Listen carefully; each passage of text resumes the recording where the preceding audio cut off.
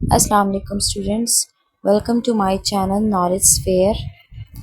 Basically इस channel के through pre ninth, ninth और टेंथ की जितनी क्लासेस भी हैं वो अपने किसी भी इशू को सॉल्व कर सकते हैं। उन्हें किसी भी सब्जेक्ट में कोई भी इशू है वो सॉल्व कर सकते हैं। आज मैंने इंग्लिश ग्रामर का एक टॉपिक उठाया है, टेंसेस।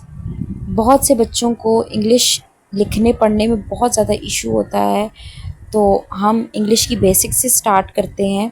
सबसे पहला टॉपिक हमारा टेंस है, क्योंकि टेंस आपको समझ आएंगे तो आपको इंग्लिश समझ आ जाएगी। ठीक है, तो आज का जो हमारा टॉपिक है वो है टेंस।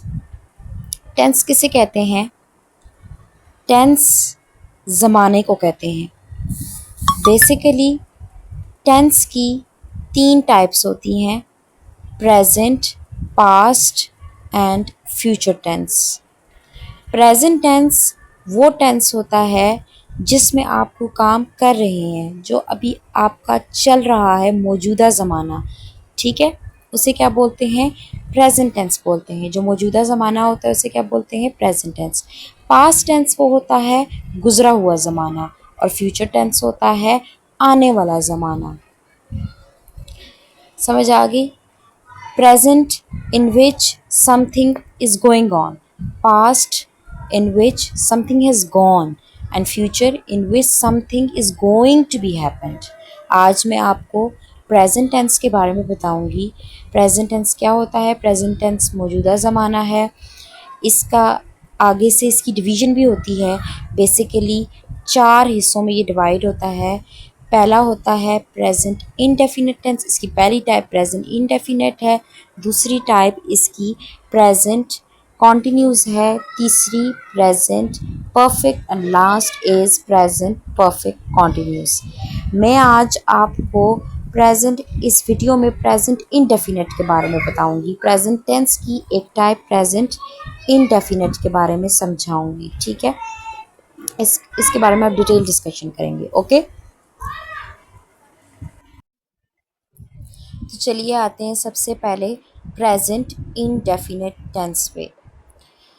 सबसे पहले बेटा, आप सबके लिए ये याद रखना ज़रूरी है कि एक सेंटेंस का एक स्ट्रक्चर होता है जिसमें सबसे पहले सब्जेक्ट होता है जो काम करता है, उसके बाद हेल्पिंग वर्ब होता है, उसके बाद वर्ब होता है, वर्ब के बाद ऑब्जेक्ट होता है। ये मैं लिख रही हूँ, ये आप देख लें पूरा सेंटेंस का स्ट्रक्चर। इसमें सब्जेक्ट जो होता है वो काम करने वाला होता है। ऑब्जेक्ट जो होता है जिस पे काम किया जाता है, verb is a action, and helping verb आपके सेंटेंस को कंप्लीट करने के लिए होता है। कुछ सेंटेंस जो होते हैं उनमें हेल्पिंग वर्ब नहीं भी होता। ठीक है, वो मैं आगे चल कर आपको बताऊंगी। ऑब्जेक्ट भी कुछ सेंटेंसेस में होता है और कुछ में नहीं होता है, लेकिन बेसिकली आपके पास सब्जेक्ट और वर्ब का होना बहुत ज़्यादा ज़रूरी है। प्रेजेंट इंडेफिनिट टेंस में सब्जेक्ट भी होता है, वर्ब भी होता है, ऑब्जेक्ट भी होता है, लेकिन हेल्पिंग वर्ब नहीं होता। ठीक है, अब देखें, मैंने आपको बोला ना कि कुछ सेंटेंसेस में हेल्पिंग वर्ब नहीं होता, तो वो प्रेजेंट इंडेफिनिट ऐसा टेंस है जिसमें हेल्पिंग वर्ब नहीं होता। इसमें वर्ब की फर्स्ट फॉर्म यूज़ होती है। हमेशा याद रखिएगा बेटा, वर्ब की फर्स्ट फॉर्म यूज़ होती है। उसके साथ भी एस या ई एस लगता है। किस केस में एस या ई एस लगता है? जब आपके पास ही, शी, इट नेम होते हैं या सिंगुलर जितने भी होते हैं आपके पास प्रोनाउन, उस केस में आपके पास एस या ई एस वर्ब की फर्स्ट फॉर्म के साथ यूज़ होता है। लेकिन जब आपके पास सब्जेक्ट प्लूरल आ जाएंगे, यानी दे, वी, आई, यू, इस तरह के सब्जेक्ट्स आ जाएंगे, तो उस केस में आपके पास एस या ई एस नहीं यूज़ होता। समझ आ गई? Is it clear to you? अब आपको समझ आ गई ना कि किस केस में आपके पास first form of verb use होता है और कुछ केस में नहीं होता। अब आपको पास रूल देख लें प्रेजेंट इंडेफिनिट टेंस में, जो आपको याद करने हैं वो यही है कि वर्ब की फर्स्ट फॉर्म यूज़ होती है, और एस से ई एस उस केस में लगता है जब आपके पास ही, शी, इट नेम यूज़ होता है। उस केस में नहीं लगता है जब दे, वी, आई, यू यूज़ होते हैं या प्लूरल कोई भी यूज़ होता है। ठीक है, एग्जाम्पल देखते हैं। ही स्लीप्स। अब ही सब्जेक्ट आया है तो उस केस में वर्ब के साथ क्या लगा है, एस लगा है, ठीक है। अब आपके पास अगर यही सब्जेक्ट प्लूरल हो जाता यानी दे हो जाता, वी हो जाता, या आपके पास आई हो जाता या यू हो जाता, तो उस केस में आपके पास एस या ई एस ना यूज़ होता। For example they sleep. अब दे आ गया है तो उस केस में आपके पास स्लीप के साथ एस या ई एस यूज़ नहीं हुआ, it is a simple sentence, ठीक है। अब इस सेंटेंस में सिर्फ एक सब्जेक्ट है और एक वर्ब है, हेल्पिंग वर्ब नहीं है। ऑब्जेक्ट चाहे तो आप लिख सकते हैं, चाहे तो आप नहीं भी मतलब यूज़ कर सकते हैं, ठीक है। चले जी, अब हम आते हैं नेगेटिव सेंटेंसेस की तरफ। नेगेटिव सेंटेंसेस कौन से जुमले होते हैं, मनफी जुमले, जिनमें आपके पास नॉट, नो इस तरह का जो है वो यूज़ होते हैं, ठीक है, वर्ड्स। अब जो प्रेजेंट इंडेफिनिट के नेगेटिव सेंटेंसेस हैं तो बेटा उनमें याद रखिएगा कि दो हेल्पिंग वर्ब यूज़ होते हैं, does not and do not. इसके अफर्मेटिव यानी सिंपल सेंटेंसेस में कोई हेल्पिंग वर्ब यूज़ नहीं होता, जैसे कि मैंने आपको पहले बताया है, लेकिन नेगेटिव में डज नॉट और डू नॉट यूज़ होते हैं। Does not, he, she, it, name वाले सब्जेक्ट जितने भी होते हैं उनके साथ डज नॉट यूज़ होता है, लेकिन जब दे, वी, आई, यू इस तरह के सब्जेक्ट्स आ जाएं तो उन केस में आपके पास डू नॉट यूज़ होता है, ठीक है। Is it clear to you कि डज नॉट, डू नॉट किसके साथ यूज़ होता है, सिंपल है, कोई इसमें मसला नहीं है, ठीक है। अब मैं आपको एक एग्जांपल देती हूँ, मैंने आपको पहले एक एग्जांपल दी थी, ही स्लीप्स, ठीक है, ही स्लीप्स। अब गौर से सुनिएगा, इसका जो नेगेटिव अगर आपको बनाने के लिए दिया जाए तो आप क्या बनाएंगे, ही डज नॉट स्लीप। याद रखिएगा जब डज आ जाएगा तो स्लीप के साथ जो एस लगा हुआ है वो रिमूव हो जाएगा, ठीक है, यानी वो रिमूव होके डज के साथ आ गया है, ठीक है। Is it clear to you कि जब आपके पास डज नॉट आएगा या डज आएगा किसी भी सेंटेंस में तो उस केस में एस या एस वर्ब से रिमूव हो जाएगा। अब देखें दे स्लीप, दे वाले केस में कौन सा हेल्पिंग वर्ब यूज़ होगा, डू नॉट, सो हो जाएगा दे डू नॉट स्लीप। पता चल गया डज नॉट, डू नॉट किसके साथ लगता है। उसके बाद आपको ये भी पता चल गया कि जब डज आएगा तो इस केस में आपके पास वर्ब के साथ जो एस या ई एस है वो रिमूव हो जाएगा, ठीक है। बहुत आसान सी बात है कि जब subject he, she, it, name use होगा तो डज नॉट लगेगा, जब दे, वी, आई यूज़ होंगे तो डू नॉट लगेगा, जब डज नॉट आ जाएगा तो आपके पास वर्ब के साथ से एस रिमूव हो जाएगा। दे वाले केस में तो आपके पास वर्ब के साथ एस या इज यूज़ ही नहीं होता तो वो रिमूव ही नहीं होगा, ठीक है। समझ आ गई, ओके। उसके बाद हम आ जाते हैं इसके इंटेरोगेटिव सेंटेंसेस में। इंटेरोगेटिव सेंटेंसेस कौन से होते हैं, सवालिया जुमले, जिसमें आपके पास क्या किया जाता है, सवाल किया जाता है, क्वेश्चन मार्क लगाया जाता है, ठीक है। सवालिया जुमले को इंटेरोगेटिव सेंटेंसेस बोलते हैं। Is it clear to you. अब आपके पास प्रेजेंट इंडेफिनिट के इंटरोगेटिव सेंटेंसेस में जो हेल्पिंग वर्ब यूज़ होते हैं डू और डज यूज़ होते हैं, लेकिन वो कहाँ पे आते हैं, स्टार्ट ऑफ द सेंटेंस।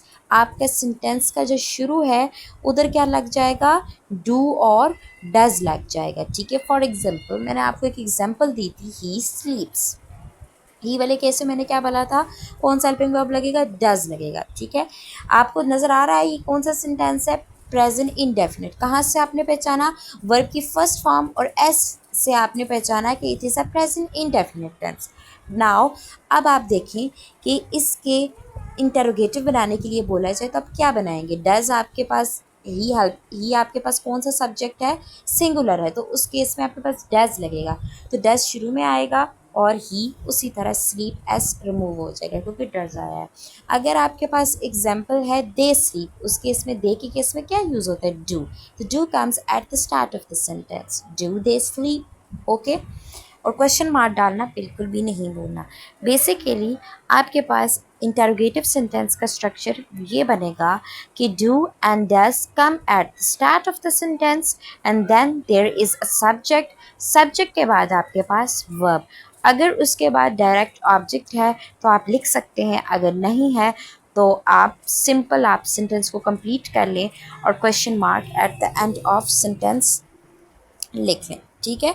समझ आ गई कि डू और does comes at the start of the sentence and then उसके बाद उसी तरह आगे सेंटेंस पूरा हो जाए। अब आपको मैं छोटा सा टेबल बना के बताती हूँ कि अगर आपके पेपर में प्रेजेंट इंडेफिनिट टेंस का कोई भी सेंटेंस आ जाता है तो आप उसे सिंपली आपके पास इजीली सॉल्व कर सकें, ठीक है। इसमें प्रेजेंट इंडेफिनिट टेंस में 3 किस्म के हर टेंस में सेंटेंसेस होते हैं, एक अफर्मेटिव, एक नेगेटिव एंड इंटेरोगेटिव, ठीक है।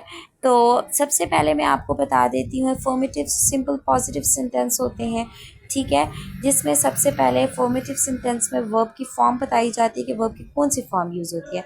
वर्ब की फर्स्ट फॉर्म मैंने बताई ये यूज़ होती है, उस केस में भी आपके पास एस या ई एस फर्स्ट फॉर्म के साथ लगता है, ठीक है, जब आपके पास subject he she it name होते हैं। लेकिन जब दे वी आई यू आपके पास सब्जेक्ट आते हैं उस केस में एस या ई एस यूज़ नहीं करते। अफर्मेटिव सेंटेंस में कोई हेल्पिंग वर्ब यूज़ नहीं होता। Is it clear to you? I hope is it clear. Next है नेगेटिव सेंटेंस। नेगेटिव सेंटेंस में आपके पास 2 helping verb are use, do not and does not, ठीक है। आपके पास 2 हेल्पिंग वर्ब यूज होते हैं, do not and does not. मैंने आपको बताया कि does not he she it name के साथ यूज़ होता है जब सब्जेक्ट आ जाए, ठीक है, ही शी इट नेम, और जब सब्जेक्ट आ जाए आपके पास they we I you then you would use the do not, okay, in the negative sentence. Is it clear to you कि डज किसके साथ लगता है और डू किसके साथ? जब डज आ जाएगा आपने बात याद रखनी है कि वर्ब के साथ एस या ई एस रिमूव हो जाएगा सेंटेंस के अंदर। Now move towards the interrogative sentences. Interrogative sentences में मैंने आपको बताया कि do and does come at the start of the sentence, ठीक है, एंड डू और डज के बाद आपके पास सिंपली जो है सब्जेक्ट आ जाएगा, ठीक है, और सब्जेक्ट के बाद आपके पास वर्ब, अगर ऑब्जेक्ट है तो वो भी आ सकता है, और लास्ट में क्वेश्चन मार्क। और आपको पता है कि डू किसके साथ लगता है, डस किसके साथ लगता है। आई होप सो आपको होल वीडियो देख कर आपको समझ आ गई होगी, ठीक है। These are formative, negative and interrogative sentences, okay. Now अब आपके पास मैं आपको डू एज डायरेक्टेड सेंटेंसेस करवाऊंगी। आपके पेपर में जो क्वेश्चन आता है वो आता है डू एज डायरेक्टेड, जो आपको डायरेक्शन दी जाती है उसके मुताबिक आपने उस टेंस को या उस आपके पास सेंटेंस को चेंज करना होता है, ठीक है।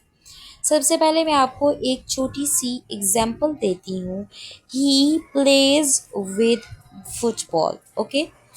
अब यहाँ पे आपके he plays with the football नहीं कर सकती क्योंकि आर्टिकल जो है गेम्स के साथ यूज़ नहीं होता, द इज आर्टिकल ना, तो वो गेम्स के साथ यूज़ नहीं होता, ये बात भी याद रखिएगा, ठीक है। अब आपके पास इस सेंटेंस में जो आपके पास सब्जेक्ट है वो ही है, और प्लेस जो है वो आपके पास वर्ब है, और विद इज़ द प्रपोजिशन, ठीक है। उसके बाद आपके पास फुटबॉल जो है आपके पास ऑब्जेक्ट है। इसमें सेंटेंस को देख के पता चल रहा है ये प्रेजेंट इंडेफिनिट है क्योंकि इसमें हेल्पिंग वर्ब यूज़ नहीं हुआ, और जो प्लेज है वो आपके पास वर्ब के फर्स्ट फॉर्म है, और उस केस में आपके पास एस या ई एस यूज़ हुआ है। अगर आपके पास ही की जगह दे होता तो आपके पास एस या एस यूज़ ना होता, ठीक है। आप जो नेगेटिव से आपको पेपर बोल जाते हैं इसको नेगेटिव में करें, तो आपने देखा ये प्रेजेंट इंडेफिनिट टेंस है तो आपने इसको नेगेटिव में करेंगे। सबसे पहले ही को देखेंगे तो ही के साथ तो डज नॉट लगता है तो आप लगा देंगे he does not play with football. Play से एस रिमूव हो जाएगा क्योंकि डज यूज़ हुआ है। इंटरोगेटिव में आए तो इंटरोगेटिव में डज स्टार्ट में आ जाएगा, does he play with the football, last में क्वेश्चन मार्क डाल देंगे, ठीक है।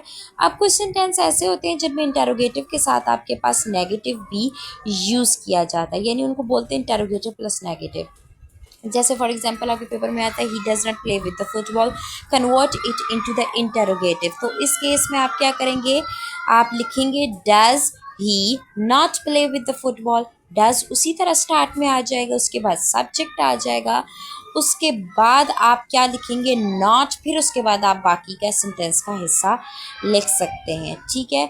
तो ये जो है मैंने आपको होल आपके पास प्रेजेंट इनडेफिनिट टेंस के बारे में बताया है, ठीक है। अब आपको मुझे पता है अच्छी तरह से ये प्रेजेंट इनडेफिनिट टेंस समझ आ गया होगा, अब आपको इसमें कोई भी इशू नहीं होगा, ठीक है बेटा। स्टेप बाय स्टेप आप अगर याद करें तो आपको इजीली याद हो जाएगा, ठीक है। Thank you so very much for watching this video. Subscribe my YouTube channel and press the bell icon button for watching more videos. Thank you.